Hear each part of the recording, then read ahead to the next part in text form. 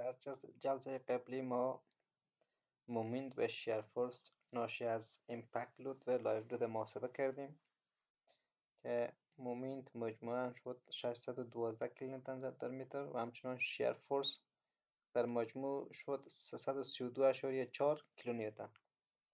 در جلسه امروزی تقسیم مومنت و قوه‌های برشی در عرض تقریبی تصمیم‌های داخلی و خارجی را محاسبه میکنیم.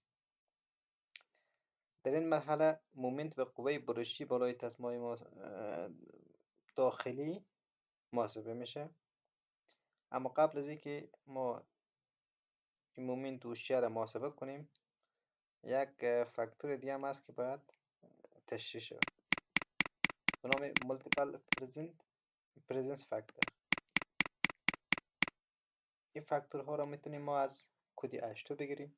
یک کلاس یا آرتیکل برای این فاکتورها هست.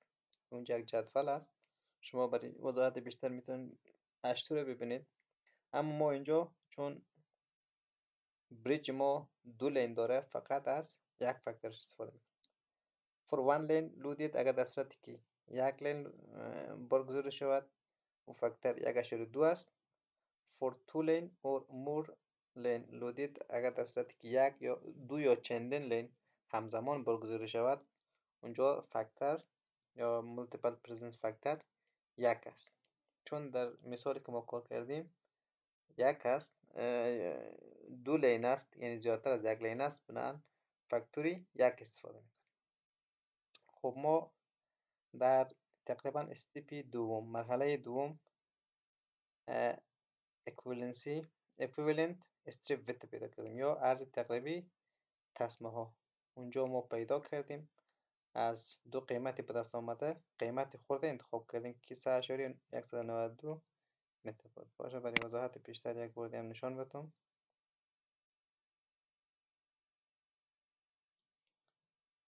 اینجا برای یک لین از این فرمول استفاده کردیم. این مساوی میشه به 250 جمعی 0.42 زیر جذر L1 ضربی W1 که ما L1 رو هم داشتیم، W1 رو داشتیم. قیمت به دست آمده ای ما 3.8 متر یا 3813 میلیمتر. و برای چندین لین که همزمان برگزاری میشد قیمت به دست آمده ای ما 3192 میلیمتر یا 3.192 متر است. ما گفتیم برای دیزاین همیشه وضعیت بحرانی انتخاب میشه، یعنی اینجا هر قدر عرض تسمه کم باشد تاثیر لود زیاد است. فرض مثال اگر شما در تایر کانتکت مد نظر بگیرین، هر قدر ساحه تماس کم باشه و وزن زیاد باشه اینتنسیتی لود زیاد میشه. از همون خاطر ما برای اینکه دیزاین ما سیف باشه ما عرض تسمه رو انتخاب میکنیم که کمترین عرض داشته باشه برای دیزاین. حالا هم ما برای دیزاین عرض تسمه ای که چندین لین همزمان برگزاری می شود انتخاب میکنیم. 3.192 است.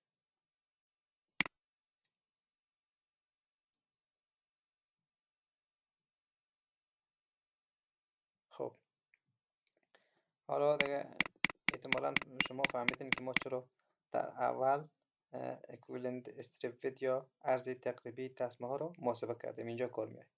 توتال شیر یا قوه برشی عمومی 332.4 کیلونیوتن است. البته این قوه برشی عمومی از لایو لود است. ما برای دد لود پیدا نمی کنیم چون دد لود چی است مساوی است با تمام کل عرض و طولی پل. تنها مسئله بارهای زنده است که موتر هاست. خب قوای برشی مکمل امپکت جمع لایو لود 332 است. حالا میخوایم میره به تسمه هایی که محاسبه کردیم عرض تسمه های تقریبی این رو منتشر کنیم. برای که این رو انتشار بدیم 332.4 تقسیم عرض تسمه داخلی میکنیم. ضرب یک چرا میکنیم؟ چون چندین لین همزمان برگزاری شد. پول ما بر دو لین رود است، زیادتر از یک لین است، بنابراین ما مولتیپل پرزنس فاکتور یک استفاده میکنیم. خب بعد از انجام عملیه ضرب و تقسیم وی لایفلود یعنی شیر ناشی از بارهای زنده 104.2 کیلونیوتن در یک متر عرض است. کیلونیوتن در متر نیست، کیلونیوتن در یک متر ویت یا یک متر عرض. و این کار بالای مومنت هم انجام میدیم. شیر فورس ما منتشر کردیم در عرض تقریبی تسمه. حالا میخوایم برای مومنت هم این پروسیجر انجام بدیم. مومنتی عمومی که قبلا ما دریافت کردیم از لایو لود ها، از امپکت و لایو لود، یعنی هر دوش 612 کیلونیوتن ضرب در متر بود. حالا این در عرض تسمه که برای دیزاین ما مد نظر گرفتیم تقسیم میکنیم. 612 تقسیم عرض تسمه تقریبی دیزاین ضرب در یک از کجاست؟ مولتیپل پرزنس فاکتور. وقتی که چندین لین، دو یا چندین لین همزمان برگزاری میشه. بنابراین 612 ضرب یک کنیم تقسیم 3.192 که به متر تبدیل شده. مومنت مساوی میشه به 191.73 کیلونیوتن ضرب در متر که واحد مومنت پر 1 متر ویت یا 1 متر عرض. یعنی این مومنت در 1 متر عرض است.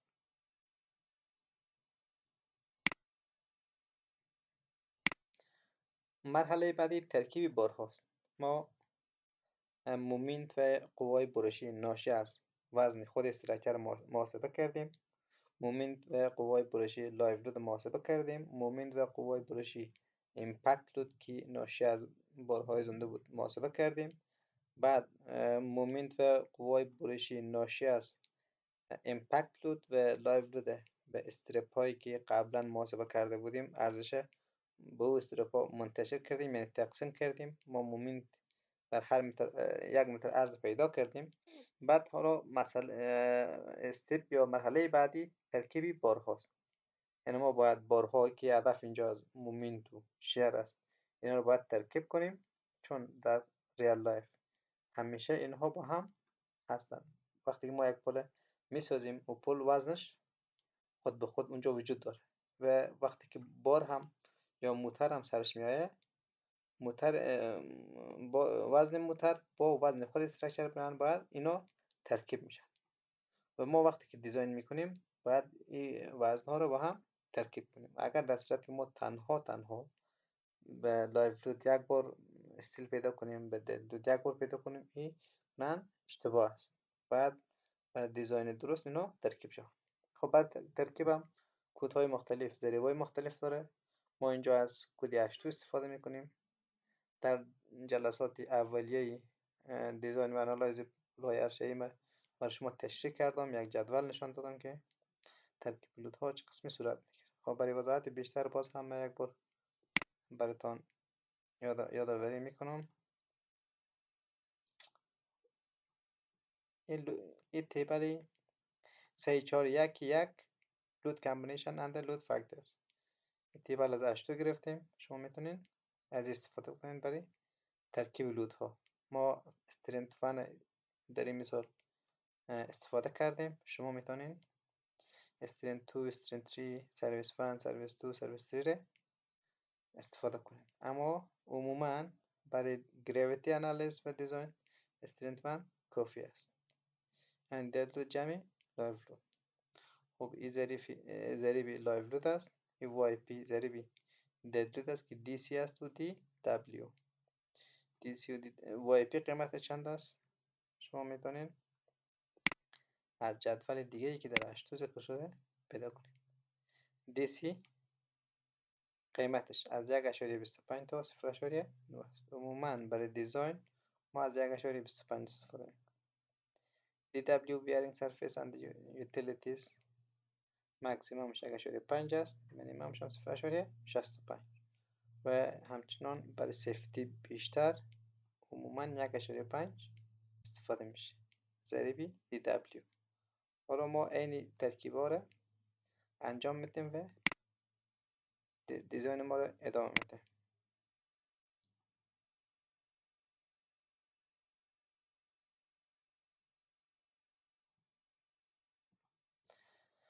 ها استرنت ون که اونجا بود، ما کامبینیشن یا ترکیب لودها رو برای مومنت هم انجام میدیم و همچنان برای شیر هم.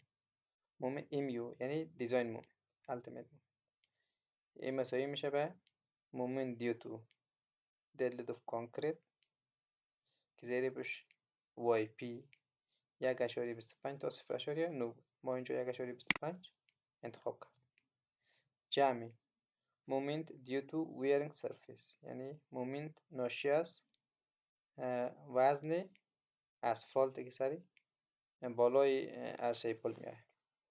ضریبش از 1.5 تا 0.6 بود فکر کنم.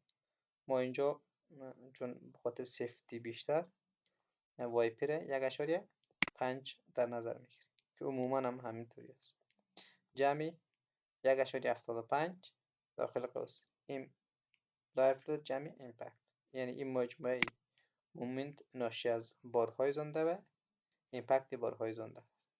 ضریبش هم در جدول بود 1.75. خب ام یو مساوی میشه به 1.25 ضریبی کامبینیشن ضرب در ام دی سی مومنت دیو تو دد لود اف کانکریت.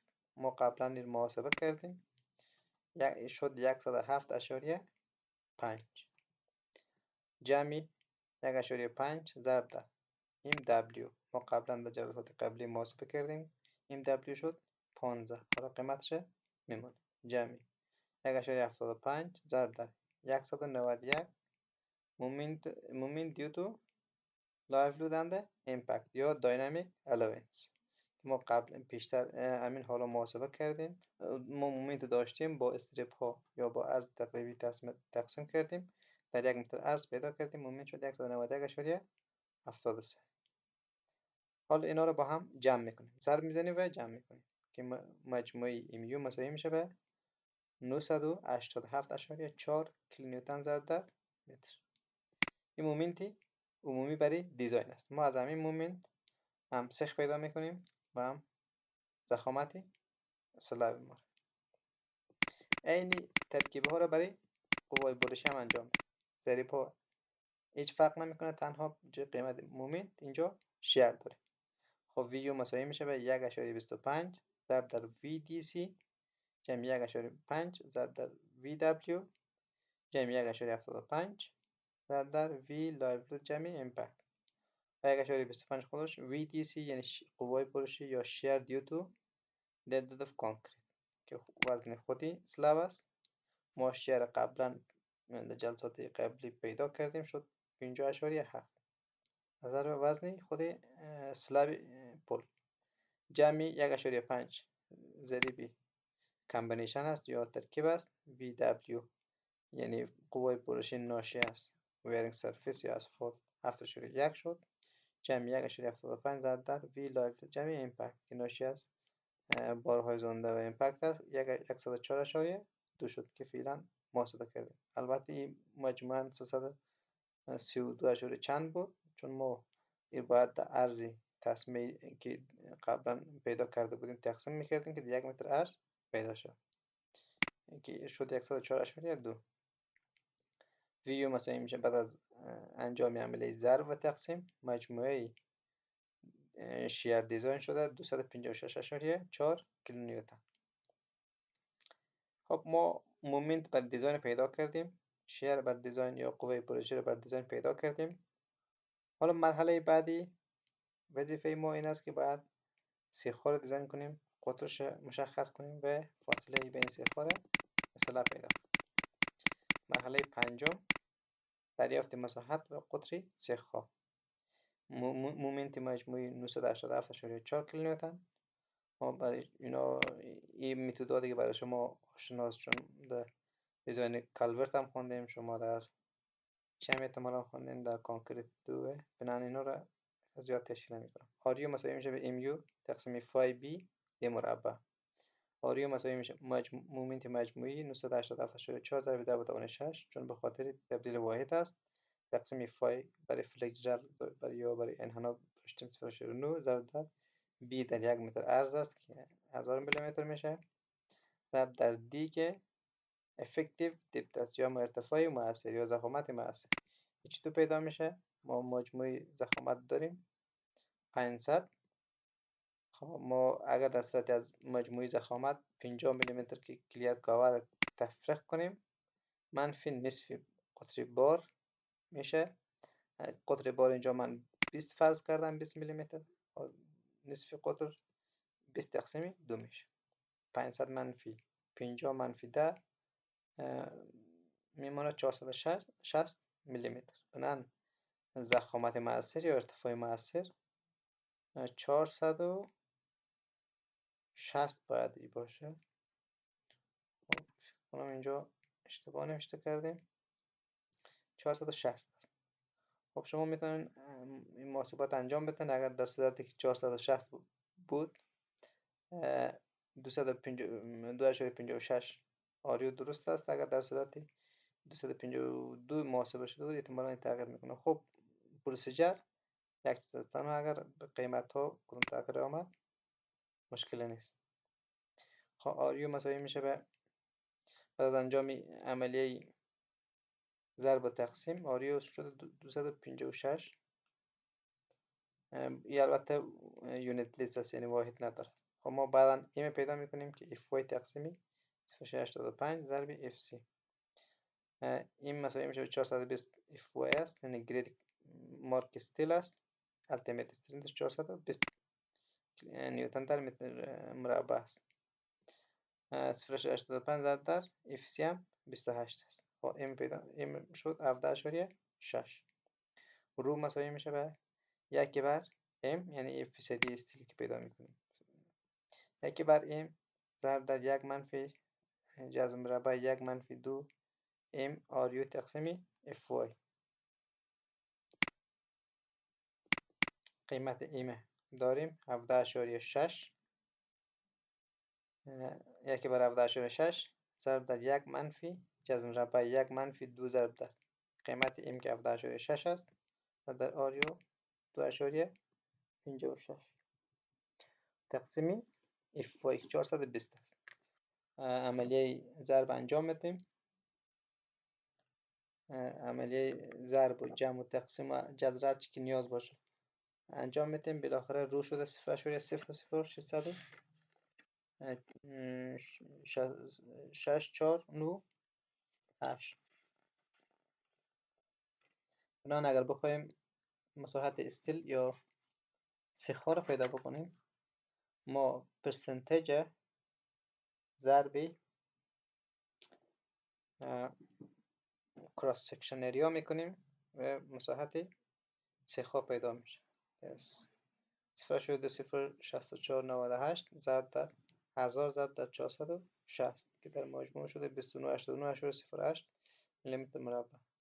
یک چیز باید بگم که اینجا قیمت 252 نوشته شده، البته در تایپینگ اشتباه است اما قیمت به دست آمده از 460 محاسبه شده. چون اینجا ما روی کتابچه انجام دادم اینجا قیمت 460 ماندم اما اینجا اصلاح نشده، فکر نشده که اصلاح کنم اما قیمت درست است.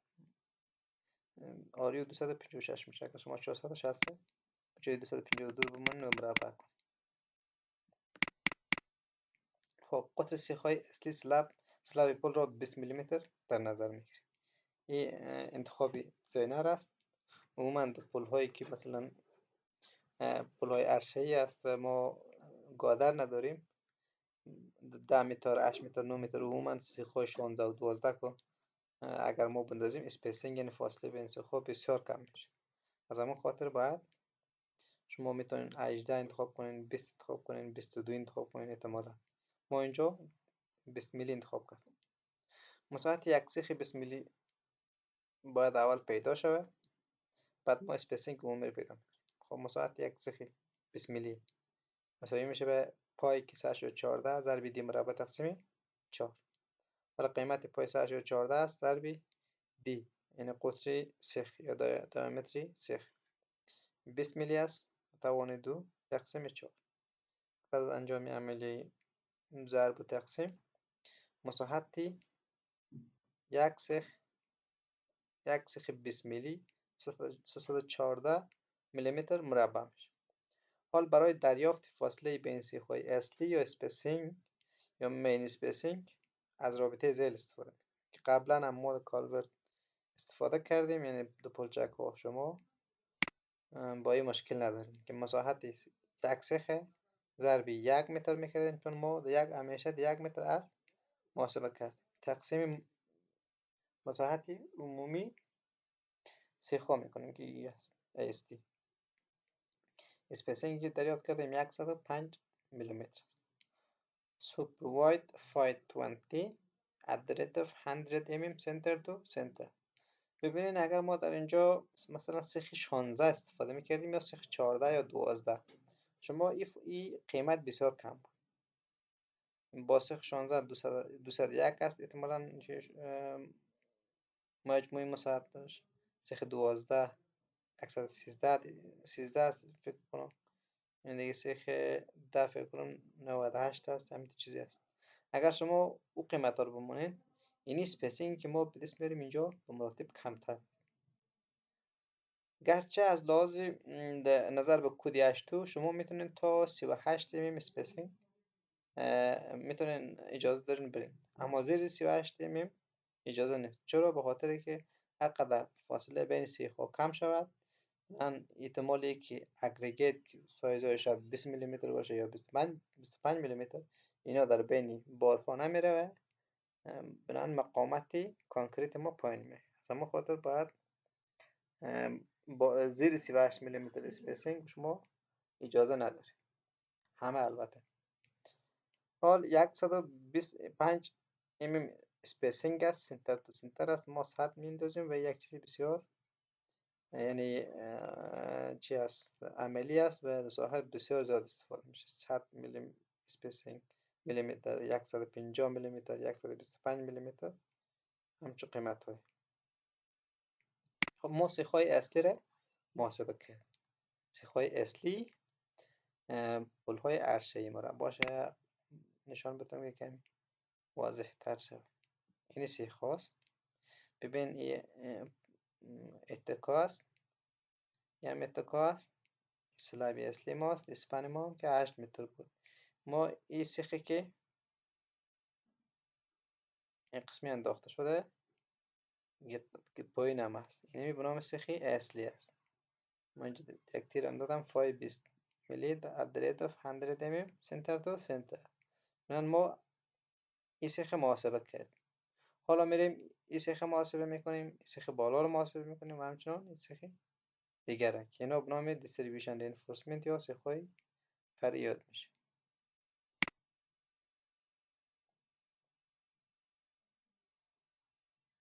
محاسبه سیخ‌های فرعی نظر به کد 82 قضیه یا آرتیکل 5.14.4.1 مساحت سیخ‌های فرعی را از رابطه ذیل محاسبه میکنیم. الف سیخ‌های موازی به جهت ترافیک.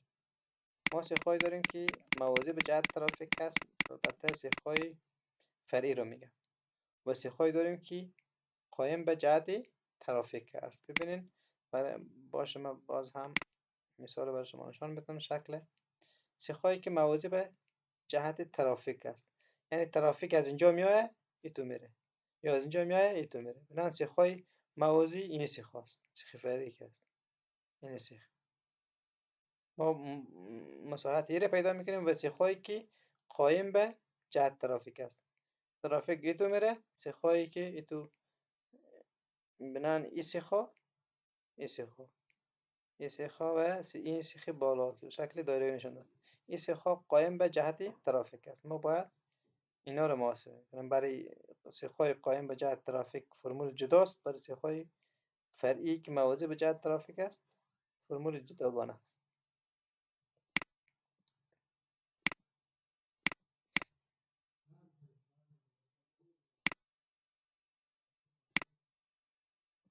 در صورتی که موازی به جهت ترافیک باشه فای رو البته فیصدی مساحت سیخای فرعی است 1750 تقسیم ال است که ما اینجا ال افکتیو ماندیم باید کوچکتر مساوی از 50% مساحت سیخای اصلی باشه. اینا رو ما چند محاسبه کردیم در کالورت که شما آشنایی دارین دیگه زیاد تشریح نمیکنیم. با قیمت ال افکتیو 8.45 متر بود که ما اینجا به میلیمتر تبدیل کردیم. این 19% میشه، کوچکتر از 50% درست است. بنابراین AST مساوی میشه به 19%، 0.19 میشه، یعنی باید تقسیم 100 کنیم. 100 در توتال اریا اف استیل یعنی مساحت مجموعی سیخهای اصلی ها ضرب کردیم شد 567.9 میلیمتر مربع.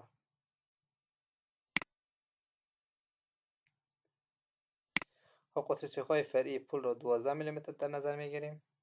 مساحت یک سیخ 12 میلی شده 113 میلیمتر مربع. اسپیسینگ رو باید پیدا بکنیم. حال برای دریافت فاصله بین سیخهای فرعی یا اسپیسینگش از رابطه ذیل استفاده پیدا میکنیم. مساحت یک سیخ ضرب در 1 متر که همیشه با 1 متر پیدا میشه تقسیمی مجموعی مساحت سیخهای فرعی که موازی به جهت ترافیک هست. خواهی را ضرب میزنیم تقسیم میکنیم. اسپیسینگ شده 199 میلیمتر سنتر تا سنتر. بنابراین ما 199 نمیندازیم، یا 195 است یا 190. این چویس یا انتخاب دیزاینر است. ما اینجا 190 انتخاب کردیم. شما میتونید به 195 هم برید. سیخ‌های قائم به جهت ترافیک یک کد 82 فرمول یک کمی متفاوت تر است، یعنی اون سیخ‌هایی که به شکل دایره‌ای نشان داده شده بود قبلا بر شما گفتم 3840 تقسیم اونجا 1750 بود، اینجا 3840 است.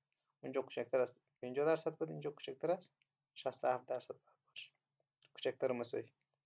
ها قیمت ها میمانیم. قیمت اینجا یک ال داره. ها روی ما شده 41.7%. مساحت مجموعی سیخ پیدا میکنیم فیصدی ضرب در مساحت مجموعی سیخی اصلی شده 1246.4 میلیمتر مربع. قطر سیخ فرعی را 16 میلیمتر در نظر گرفتم. مساحت یک سیخ فرعی را از رابطه پای دی مربع تقسیم 4 پیدا میکنیم. دی قیمت 16 است و مربع میکنیم تقسیم 4 میکنیم ضرب 14 شده 201.06 میلیمتر مربع. حال برای دریافت اسپیسینگ یا فاصله بین دو سیخ مساحت یک سیخ ضرب در 1000 میکنیم تقسیم مساحت مجموعی سیخ‌های فرعی میکنیم که شده 161.23 میلیمتر. سنتر تو سنتر است، یعنی یک مرکز تا مرکز سیخ دیگر. So provide 516 at the rate of 150 mm center to center. خب مرحله ششم ما دیزاین ختم کردیم، اما برای حالا ما باید ضخامت پل برای شیر هم دیزاین کنیم، یعنی مومنت خلاص شد، ما باید برای شیر هم چک کنیم که آیا هم ضخامتی ما پروواید کردیم صحیح است یا نه. اگر در صورت شیر فیل شه ما باید ضخامت زیادتر کنیم. خب فرمول عمومی شیر کپاسیتی یا ظرفیت قوای برشی فای این مساوی میشه به فای وی اس جمع فای وی سی، یعنی کپاسیتی سیکشن نظر در مقابل شیر مساوی میشه به کپاسیتی شیر توسط گژدمک که میندازیم وی اس است، یعنی ایریا استیل جمع وی سی که شیر کپاسیتی کانکریت است.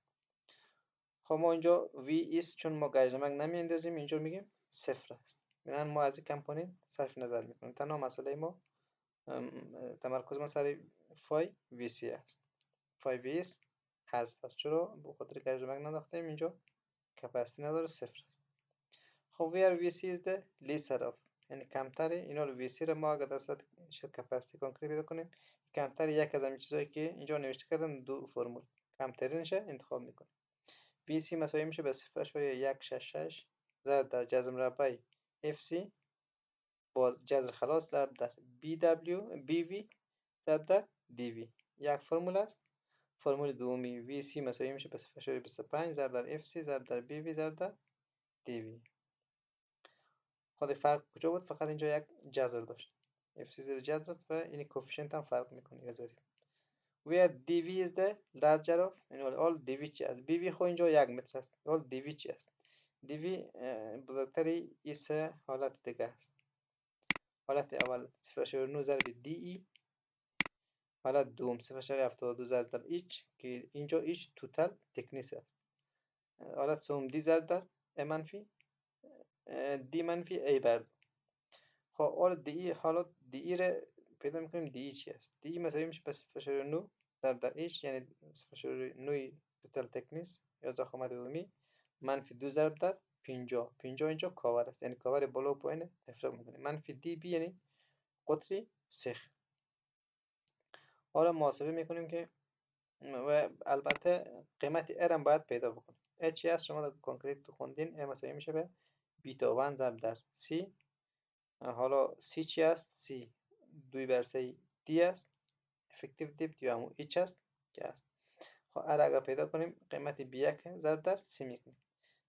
ما سیر قیمتش داریم. B1 خودش بیتا 1 خودش البته C هم 2 بر 3 D است. خب حالا قیمت ها رو میمانیم. 0.9 ضرب دی ای باید اول دی ای رو پیدا بکنیم. دی ای مساوی میشه به 0.9 ضرب ایچ که توتال تکنیس بود 500 بود منفی 2 ضرب در 5 قطر سیخی اصلی هم 20 بود. اینجا ما دی ای رو پیدا کردیم 350 میلی متر. حالا قیمت دی ای رو اینجا میمانیم. 0.9 ضرب 350 میکنیم شده 315. حالت دوم 0.72 ایچ بود یا توتال تکنیس. 0.72 ضرب 500 کنیم میشه 360. حالت سوم دی منفی ای بر دو بود. دی 450 است یعنی افکتیو دپت است. اینجا سه است افکتیو دپت 450 منفی 143 رو چطور پیدا کردیم؟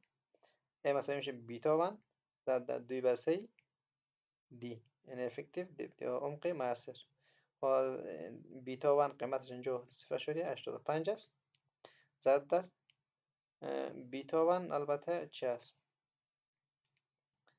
اون بیتایی که ایده مارکی تا 28 0.85 است. بعد از مارک 28 کمتر میشه. فرمول دیگه داره ما چون اینجا مارک 28 استفاده کردیم برن مستقیم قیمتش 0.85 میکنه. و بعد از محاسبه این قیمت ها عدد ها مساوی میشه به 143.4. حالا عدد جایش میمانیم 450 منفی 143.4 تقسیم 2 شده 378.3 میلی متر. بنان ما گفتیم که دیوی is the larger of یعنی بزرگتر از امیس قیمت است. 315 360 378.3 کدام قیمت است؟ 378.3. خب بنان ما قیمت میمانیم. دیوی رو انتخاب کردیم قیمت میمانیم. وی سی مساوی میشه به 0.166 ضرب 28 ضرب اعضا ضرب دیوی. وی سی شده 332 کیلونیوتن. همچنان اگر حالت دومی پیدا کنیم 0.25 ضرب در 28 اینجا زیر جذر نداره فقط تفاوت همینجا است و این کوفیشنت ضرب در 1000 ضرب در 378.3 شده 2648.1 کیلونیوتن یعنی کپاسیتی سکشن است. شیر کپاسیتی شد یعنی ظرفیت در مقابل قوای یا مقاومت در مقابل قوای برشی است. بنان ما گفتیم قیمت VC is the lesser of یعنی قیمت کوچکی یه دو قیمت مقایسه میکنیم هر کدومش کوچک بود اما قیمت انتخاب میکنیم. بنابراین اینجا VC مساوی به 332.3 کیلونیوتن. خب حالا این کپاسیتی سکشن است و ببینید که اپلاید شیر چند است. VC 332 است اپلاید شیر 322 است فکر کنم که ما قبلا محاسبه کردیم. بنابراین کپاسیتی سکشن از کپاسیتی از اپلاید شیر زیاد است و تکنیسی که ما انداختیم کافی است. ببینیم که اپلاید شیر 256 بود یعنی ما 332 رو دریافت کردیم بزرگتر 256 است. بنابراین سکشن ما صفر است. ما نیاز نداریم که ضخامتش رو تغییر بدیم.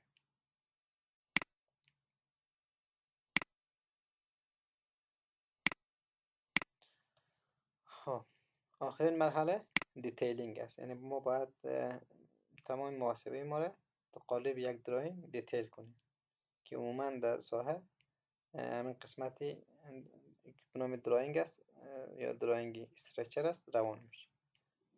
ما اینجا رسم کردیم، اتکا است، دو اتکا، سپن بریج است که 8 متر بود، ضخامت است که ما اینجا دریافت کردیم محاسبات 500 میلیمتر شد. سیخ‌های اصلی است که 20 میلی در فاصله 100 میلیمتر سنتر تا سنتر پیدا کردیم. سیخ‌های تاپ است که موازی به جهت ترافیک بود. البته سیخ‌های فرعی ما 12 قطر 12190 انداختیم اونجا پیدا کردیم. سیخ‌های پرپندیکولر یا قایم به جهت ترافیک است که 100 فای 16 150 اسپیسینگ پیدا کردیم و ایرم مطابقی ای سیخو انداختیم. یا برای شرینکیج و تمپریچر است، شما میتونید وقتی ایره پیدا کنید دیگه هم چون ای سیخو قدر کریتیکل نیست. خب ما دیزاین پلهای عرشه رو خواندیم و این آخرین قسمتی دیزاین. موفق باشید.